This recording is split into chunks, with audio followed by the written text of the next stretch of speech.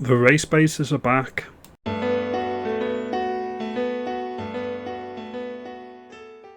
There is a lot of willful ignorance in the legacy media and on legacy television regarding people that fly the flag that I'm flying right here. Alright? The St. George's Cross or the Union Jack. According to many of the commentators in the legacy media, we're all white supremacists, we're all big bigots, we're all big racists, and we want to deport all the black people and non-white people from the United Kingdom. Many people may want to do that. I'm not one of them. I don't think I'll ever be one of them. Demographic replacement is a thing.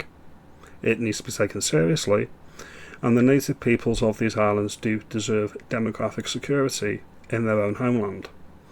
Now I'm going to get onto this race baiter that I've seen on TV earlier this week. Her name is Yasmin Alibhai-Brown. Alright? You'll know when I put the clip. But first things first, a bit about her. She is a British Ugandan. Okay, so she's of the Windrush generation. She came over to Britain from British India, and that was probably after 1948 and the British Nationality Act was changed.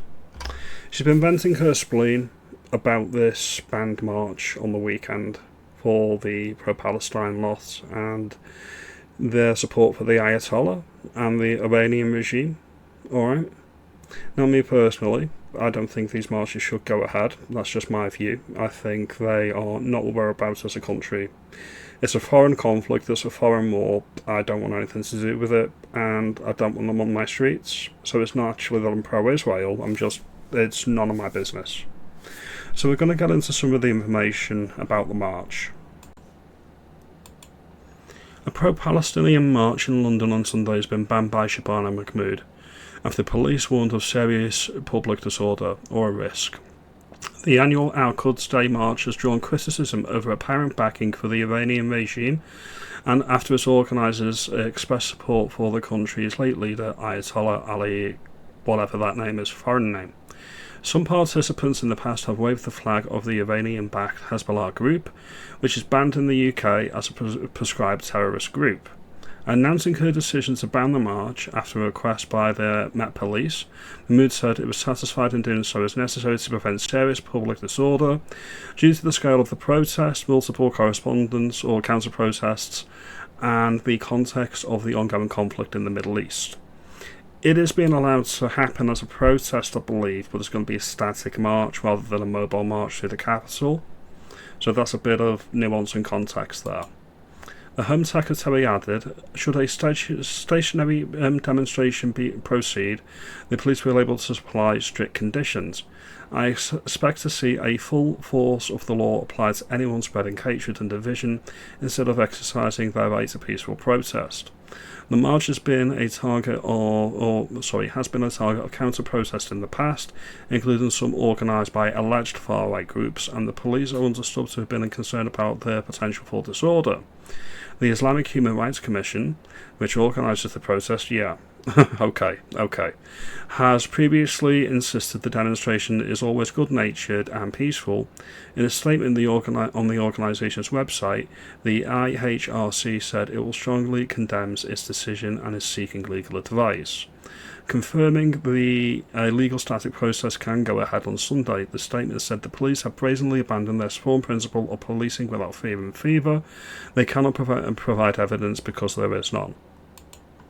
Public order? Surely? If there's reasonable grounds to assume that it will tip into a riot, they can ban it? Surely? Surely isn't that what was going on about, or what the pro-Pali marchers always say? Isn't that why they banned the Jewish fans from going to a game in Birmingham recently? Anyway, we continue. This is the first time a protest march has been banned since 2012. The Met Police said previous marches resulted in arrests for supporting terrorist organisations and anti-Semitic hate crimes. In a statement, the force said the decision to ban it this year is purely based on risk assessment and the specific protest and counter-protests. We do not police taste or decency or prefer one political view to another. Yeah, okay, I believe that. But then we will do anything we can to reduce violence and disorder. The Met said it is uniquely complex, the international situation is severe, and risks meant merely policing conditions on the protest would not be sufficient. So there we have it. Now, this race-baiter Yasmin Brown, I'll skip the middle name. She is likening the people on this march to people on the Unite the Kingdom rallies. People like me. According to her, we're all far-right, racist, violent criminals. I'm non-violent. I've never been in a fight and I've never been in trouble with the police. Come at me, Yasmin. Am I one of these hooligans, these thugs, these racists, this English or England for the white people? Please? Interested to know? Your ignorance is staggering. So I'm going to play the clip now. On Tommy Robinson's hooligans, and actually worse than hooligans, when they've been marching every week. Not every week, sweetheart. Not every week, lovely. Twice a year. Twice a year, alright? Get it right. What she's conflating here is any protest or march outside the hotels, outside the army barracks, the Britain First marches in Manchester, literally anyone waving a Union Jack, a Saltire of Northern Ireland, a Saltire of Scotland, a Welsh Dragon, any of these flags, this flag behind me, this one right here, we're all the same. We're all part of Tommy's lot. We're all footy hooligans. We're all skinheads. We're all mid-century Germans. We all want to eradicate anyone who's non-white from Britain. Isn't this the type of bigoted behaviour that we're told that we're always guilty of? That we can't club everybody together because that would be wrong? And a side note, I don't actually think Tommy is a white supremacist, alright? I think he's actually a multiculturalist that doesn't like Muslims, alright? So you need to get your facts right. Now the thing with this show is they don't normally have anyone countering this inaccuracy and this ignorance, because let's not forget, ignorance is prejudice, as a black man once said, Michael Jackson. So we'll continue. Terrorising people of colour. Where are the bans? Well, there are no bans against the pro-Palestinian marches. Yeah, but these are violent people I'm talking about, not... Non-violent, never been arrested, never been in a fight, not violent at all. Many people go on these marches who are concerned the direction the country is taking, and you to mischaracterise them on this level, on national television, with no pushback on the specifics of the people in those crowds. Do you know the demographics of those crowds? No, there was a lot of non-white people on those marches, alright? So again, this is sheer vitriol and ignorance against anybody like me, and I do take personal issue with it. Just talking about democratic. Well, there have equally been... no, but there are no bans. Arrests. Why are there no bans on... Because they're non-violent, sweetheart. You're completely wrong. In fact, I think it was around the time of the Notting Hill Carnival last year that our march went ahead, and it was stark, it was night and day. I think there may have been a couple of arrests on the Unite the Kingdom rally, a handful. On a march of over 1 million people, there was a couple. Whereas on the Notting Hill, I think it was over 500. Night and day. Language on the pro-Palestinian marches as well. I'm sorry, I've been on the pro-Palestine marches. Yeah, the sickening and the disgusting. This has all been a vendetta at the one point against those who won't give up. There are some nasty people who go on pro-Palestine marches. Oh, you finally see that point, do you? Antifa thugs and the like. I know that, and I've seen it, and one of them even took a picture of me marching past them. These are some of the risks that happen, but this is not about that. It is an authoritarian state, and where they don't stop make Britain white again, or make Britain white again. I've no idea what you want about, sweetheart. Again, they use generalisations to try and characterise everybody as the same thing. Aren't we all individuals? This is what communists and people on the left do. They think as a collective, so they assume that everybody thinks as a collective, which isn't the case. All of those people, and they stop this, it tells you something. Describes her in the newspaper as a mini despot. She really had what she used to be, what I remember her as.